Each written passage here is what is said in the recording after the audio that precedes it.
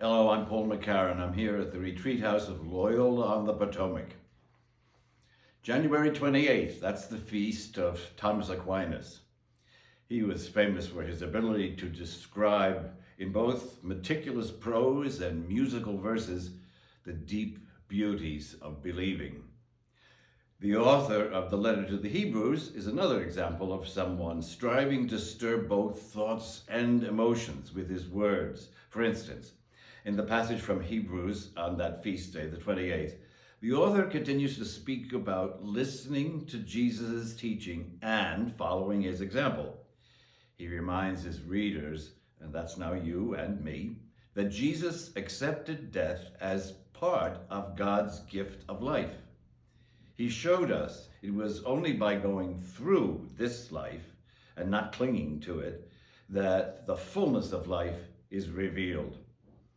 The author follows a simple logic there, but then he uses some poetic imagery in his reasoning. He imagines Jesus as the high priest who enters directly into the holy presence of God, not just into some building, a holy of holies.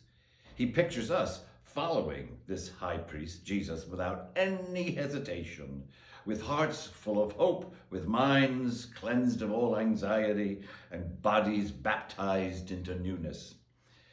He uses logic again when he notes that if God never pulls back from us, well, he's obviously always reliable.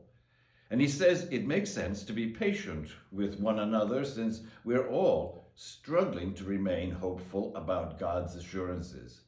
Then he's almost elegiac when he pleads with believers not to skip meetings of the assembly. Why? He says, this is the end of time. There will never be a better moment in which to come together. Call to assembly. Good idea.